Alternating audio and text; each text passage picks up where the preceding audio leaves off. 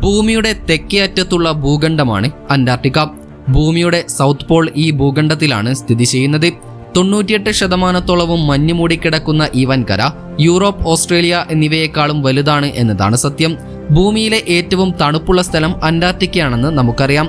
2 മുതൽ 4.8 കിലോമീറ്റർ വരെ കട്ടിയിലുള്ള മഞ്ഞുപാളികളാണ് അന്റാർട്ടിക്കയെ മൂടിയിരിക്കുന്നത്. ഈ മഞ്ഞുപാളികൾ മുഴുവൻ ഉരുകിയാൽ ഒരുപാട് സുനാമികൾ ഉണ്ടാവുകയും പല പ്രധാന നഗരങ്ങളും വെള്ളത്തിനടിയിലാവുകയും ചെയ്യുമെന്നതാണ് വാസ്തവം. കൂടാതെ അന്റാർട്ടിക്കയിലെ കാറ്റിന്റെ വേഗത എന്ന് പറയുന്നത് മണിക്കൂറിൽ 300 കിലോമീറ്ററോളമാണ്.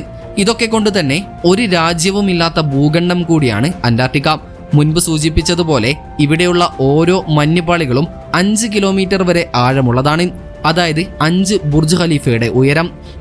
ഈ അന്റാർട്ടിക്കയുടെ വലിപ്പം എന്ന് പറയുന്നത് നമ്മുടെ ഇന്ത്യയുടെ 4 ഇരട്ടിയോളവും ബംഗ്ലാദേശിന്റെ ഏകദേശം 96 ഇരട്ടിയോളവുമാണ്. അപ്പോൾ തന്നെ മഞ്ഞു മാത്രം നിറഞ്ഞ ഈ ഭൂഖണ്ഡം എത്രത്തോളം വലുതാണെന്ന് നമുക്ക് ഊഹിക്കാമല്ലോ. സത്യത്തിൽ അന്റാർട്ടിക്കയിൽ മൂടിക്കിടക്കുന്ന മഞ്ഞുപാളികൾക്കിടയിൽ ഒരുപാട് ചരിത്രവും നിഗൂഢതകളും ഉറങ്ങിക്കിടക്കുന്നുണ്ട് എന്നതാണ് സത്യം. അതിൽ പലതും ശാസ്ത്രലോകം കണ്ടെത്തിയിട്ടുമുണ്ട്. 2000 അന്റാർട്ടിക്കയിലെ ലാർസൻ ബി ഐസ് ഷെൽഫിന്റെ ഭാഗത്ത് സാറ്റലൈറ്റ് ഇമേജിൽ വലിയൊരു ക്രാക്ക് രൂപപ്പെട്ടതായി കണ്ടെത്തിയിരുന്നു. അങ്ങനെ ഗവേഷകർ ഒരു ക്യാമറയുമായി ഈ ഗർത്തത്തിനുള്ളിൽ എന്താണെന്നറിയാൻ വേണ്ടി ഒരു പരീക്ഷണം നടത്തി. അങ്ങനെ അവർ ക്യാമറ ഈ ഗർത്തത്തിനടിയിലേക്ക് കൊണ്ടുപോയപ്പോൾ 500 മീറ്റർ ആഴത്തിലെത്തിയപ്പോൾ അത് സ്റ്റോപ്പ് ആവുകയായിരുന്നു. പക്ഷേ അവർ കണ്ടത് ആ ഗർത്തത്തിന്റെ അത്രയും ആഴത്തിലൂടെ ജലം ഒഴുകുന്നതും അതിൽ ആംഫിപോഡ്സ് എന്ന് വിളിക്കുന്ന ജീവികളെയുമാണ്. ആ സമയം ഗവേഷകരെ അലട്ടിയ ഏറ്റവും വലിയ ചോദ്യം ഇത്രയും ആഴത്തിൽ എങ്ങനെയാണ് ഈ ജീവികൾ ജീവിക്കുന്നതെന്നും അവർ എന്തിനെയാണ് ഭക്ഷണമാക്കുന്നത് എന്നതുമായിരുന്നു. സത്യത്തിൽ അവരുടെ ഗവേഷണത്തിൽ അത്രയും ആഴത്തിലും തണുപ്പിലും ചെടികളോ പുല്ലുകളോ മറ്റോ വളർന്നിരിക്കാനുള്ള സാധ്യത വളരെ കുറവായിരുന്നു. ഇതുപോലെ 1970കളിൽ അന്റാർട്ടിക്കയുടെ മഞ്ഞുപാളികൾക്കിടയിൽ എന്തോ വിചിത്രമായ മൂവ്മെന്റുകൾ റഡാറിൽ രേഖപ്പെടുത്തിയിരുന്നു. അങ്ങനെ ഗവേഷകർ അതിൽ നിന്നും കണ്ടെത്തിയത് 3 കിലോമീറ്റർ ആഴമുള്ള മഞ്ഞുപാളികൾക്കടിയിൽ 400ഓളം തടാകങ്ങളെയാണ്. ഈ തടാകങ്ങൾ ലക്ഷക്കണക്കിന് വർഷങ്ങളായി ഈ മഞ്ഞുപാളികൾക്കടിയിൽ ഉണ്ടായിരുന്നെന്നാണ് ഗവേഷകരുടെ കണക്കുകൂട്ടൽ. അങ്ങനെ 1990ലാണ് ഗവേഷകർ അന്റാർട്ടിക്കയിലെ ഏറ്റവും വലിയ തടാകം കണ്ടെത്തുന്നത്. അതിന്റെ പേരായിരുന്നു ലേക്ക് വോസ്റ്റോക്ക്. ഇത് 4 കിലോമീറ്ററോളം ആഴത്തിലുള്ള മഞ്ഞുപാളികൾക്കടിയിലായിരുന്നു കണ്ടെത്തിയത്. എന്നാലും എങ്ങനെയായിരിക്കും ഇത്രയും ആഴത്തിൽ ഇത്രയും തണുപ്പിൽ ഈ തടാകത്തിലെ വെള്ളം ഉറഞ്ഞു പോകാതെ നിൽക്കുന്നതെന്ന ചോദ്യമായിരിക്കും നിങ്ങളുടെ മനസ്സിലുണ്ടാകുന്നത്. അതിനുള്ള ഉത്തരം നമ്മുടെ ഭൂമിയുടെ പ്രഷറും ഹീറ്റുമാണത്രേ. മറ്റു സമുദ്രഭാഗങ്ങളിൽ കാണാൻ സാധിക്കാത്ത പല ജീവജാലങ്ങളെയും ഇതിനടിയിൽ നിന്നും കണ്ടെത്തിയിരുന്നു.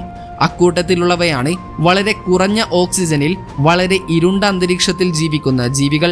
ഇവ മീഥേൻ പോലുള്ള ഗ്യാസുകളിൽ നിന്നാണ് എനർജി കണ്ടെത്തുന്നത്. ഇതുകൂടാതെ 2017 ഗവേഷകർ അന്റാർട്ടിക്കയിൽ ഡ്രില്ലിംഗ് നടത്തുന്നതിനിടെ 7 സസ്യങ്ങളുടെ ഫോസിലുകൾ കണ്ടെത്തിയിരുന്നു. പക്ഷേ ഈ കണ്ടെത്തിയ ഫോസിൽ സസ്യങ്ങൾക്ക് ചൂടുള്ള കാലാവസ്ഥയായിരുന്നു വളരാൻ ആവശ്യമായിരുന്നത്. ഒരു കാരണവശാലും അന്റാർട്ടിക്കയിൽ ഈ സസ്യങ്ങൾ വളരാനുള്ള സാധ്യതയില്ല. അങ്ങനെ ഈ സസ്യങ്ങളിൽ നടത്തിയ പരീക്ഷണങ്ങൾക്കൊടുവിൽ ഈ സസ്യങ്ങൾ 145 മുതൽ 66 മില്യൺ വർഷങ്ങൾക്ക് മുൻപുള്ളതാണെന്ന് സ്ഥിരീകരിക്കുകയായിരുന്നു. അതിനർത്ഥം അന്റാർട്ടിക്ക അത്രയും കാലങ്ങൾക്ക് മുൻപ് ഒരു വലിയ വനമായിരുന്നിരിക്കണം. അതുപോലെ 2021 75 മില്യൺ വർഷങ്ങൾ പഴക്കമുള്ള കോൾസ് അഥവാ തീക്കനൽ ജെയിംസ് റോസ് ഐലൻഡിൽ നിന്നും കണ്ടെത്തിയിരുന്നു. ഇത് അന്റാർട്ടിക്കയിൽ മുൻപ് വലിയൊരു വനമുണ്ടായിരുന്നു എന്നതിൻ്റെയും അവിടെ കാട്ടുതീകൾ ഉണ്ടായിരുന്നു എന്നതിൻ്റെയും സൂചനകളാണത്രേ. അതിനാൽ തന്നെ അന്റാർട്ടിക്കയിൽ ഒരുപാട് വർഷങ്ങൾക്ക് മുൻപ് കാലാവസ്ഥ ചൂടുള്ളതായിരുന്നു എന്നും അവിടെ ജീവികൾ ഒരുപാടുണ്ടായിരുന്നു എന്നും ശാസ്ത്രജ്ഞർ കണക്കുകൂട്ടുന്നു. കൂടാതെ അന്റാർട്ടിക്കയിലെ മഞ്ഞുപാളികൾക്കടിയിൽ നിന്ന് സ്പേസ് റോക്സ് അഥവാ ഉൽക്കകൾ കണ്ടെത്തിയിട്ടുണ്ട്. അവയിൽ ചിലത് ചൊവ്വാഗ്രഹത്തിൽ നിന്നും മറ്റു ചിലത് ALH 84001 എന്ന ഗ്രഹത്തിൽ നിന്നുമൊക്കെ ഇവിടെ പതിച്ചതാകാം എന്നാണ് നിഗമനം. പക്ഷേ ഇതൊക്കെ 4 ബില്യൺ വർഷങ്ങൾക്ക് മുൻപാണെന്ന് ഓർക്കണം.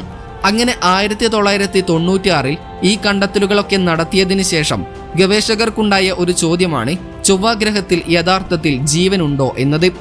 ഇങ്ങനെ ഒരു ചോദ്യം വരാനുള്ള കാരണം അന്റാർട്ടിക്കയിൽ പതിച്ചിരുന്ന സ്പേസ് റോക്സുകളിൽ കോടിക്കണക്കിന് വർഷങ്ങൾക്ക് മുൻപ് തന്നെ അവയിൽ വെള്ളമുണ്ടായിരുന്നു എന്നതിൻ്റെ സൂചനകളുണ്ടായിരുന്നു. അങ്ങനെയെങ്കിൽ ഇന്നത്തെ ചൊവ്വാഗ്രഹത്തെ അപേക്ഷിച്ച് ചൊവ്വാഗ്രഹത്തിൽ വർഷങ്ങൾക്ക് മുൻപ് വെള്ളവും ജീവനും ഉണ്ടായിരുന്നിരിക്കണം. അതെന്താണെങ്കിലും ഇവിടെയും അഗ്നിപർവ്വതങ്ങൾ ഉണ്ടെന്ന് പറഞ്ഞാൽ നിങ്ങൾ വിശ്വസിക്കുമോ? അതെ, അന്റാർട്ടിക്കയിലും അഗ്നിപർവ്വതങ്ങളുണ്ട്. അതിലൊന്നാണ് റോസ് ഐലൻഡിലെ മൗണ്ട് എറബസ് എന്ന അഗ്നിപർവ്വതം. ഈ അഗ്നിപർവ്വതം കഴിഞ്ഞ 13 ലക്ഷം വർഷങ്ങളോളമായി സജീവമാണ്. ഇതിനെല്ലാം പുറമെ ലാഡിസ്ലോസിന്റെ ഒരു പുസ്തകത്തിൽ ഹിറ്റ്ലറിന് അന്റാർട്ടിക്കയിൽ ഒരു രഹസ്യ ബേസ് ഉണ്ടായിരുന്നു എന്ന് പരാമർശിക്കുന്നുണ്ട്. പുറമെ അമേരിക്ക ഈ രഹസ്യ ബേസ് കണ്ടെത്താനായി അന്റാർട്ടിക്കയിലേക്ക് 13 കപ്പലുകളും 4700ഓളം ആളുകളെയും അയച്ചിരുന്നു അത്രേ. പക്ഷേ അമേരിക്കയുടെ വിശദീകരണ പ്രകാരം അതൊരു പരിശീലനം മാത്രമായിരുന്നു എന്നാണ്. കൂടാതെ 1945 ഹിറ്റ്ലർ മരിച്ചിട്ടില്ല എന്നും പകരം ഹിറ്റ്ലർ അന്റാർട്ടിക്കയിലെ രഹസ്യ ബേസിലേക്ക് എത്തിച്ചേരുകയായിരുന്നു എന്നും കഥകളുണ്ട്. കൂടാതെ പുസ്തകത്തിൽ തന്നെ പരാമർശിച്ചിരുന്ന മറ്റൊരു സ്ഥലമാണ്, അതായത് അന്റാർട്ടിക്കയിലൂടെ സഞ്ചരിക്കുകയായിരുന്ന ഒരു വിമാനം അവിടെ വലിയൊരു ഗർത്തം കണ്ടെന്നും ആ ഗർത്തത്തിനുള്ളിൽ പച്ചപ്പും ഹരിതാപവും ഉണ്ടായിരുന്നുവെന്നും ക്രിസ്റ്റലുകൾ ഉപയോഗിച്ചുള്ള സിറ്റി കണ്ടെന്നുമായിരുന്നു പരാമർശം. പക്ഷേ ഇതിന് കൃത്യമായ അടിസ്ഥാനം ഇല്ലാത്തതുകൊണ്ട് തന്നെ ശാസ്ത്രലോകം ഇതൊക്കെ തള്ളിക്കളയുകയായിരുന്നു. എങ്കിലും അത്രയും വലിയൊരു ഭൂഖണ്ഡത്തിൽ ഇതൊക്കെ ഉണ്ടാകാനുള്ള സാധ്യത ഉണ്ടെന്ന് നിങ്ങൾക്ക് തോന്നുന്നുണ്ടോ? അഭിപ്രായം എന്തായാലും കമന്റ് ചെയ്യാൻ മറക്കരുത്. ഇതൊക്കെ കേട്ട് കഴിയുമ്പോൾ പച്ചപ്പും ജീവികളും ജീവിച്ചിരുന്ന ഈ അന്റാർട്ടിക്ക എങ്ങനെയാണ് മഞ്ഞുകൊണ്ട് മൂടിയത് എന്ന് നിങ്ങൾ ചിന്തിക്കുന്നുണ്ടാകും. കോടിക്കണക്കിന് വർഷങ്ങൾക്ക് മുൻപ് ഇവിടെ ദിനോസറുകൾ പോലും ജീവിച്ചിരുന്നു എന്നാണ് ശാസ്ത്രലോകം പറയുന്നത്. മില്യൺ കണക്കിന് വർഷങ്ങൾക്ക് മുൻപ് നമ്മൾ ഇന്ന് അന്റാർട്ടിക്ക എന്ന് വിളിക്കുന്ന വലിയ കരഭാഗം ഭൂമധ്യരേഖയിൽ നിന്ന് കൂടുതൽ അകന്ന് സൗത്ത് പോളിലോട്ട് അടുക്കുകയായിരുന്നു. ഇത് മറ്റു സ്ഥലങ്ങളെ അപേക്ഷിച്ച് തണുപ്പ് കൂടിയ ഭാഗമായിരുന്നു.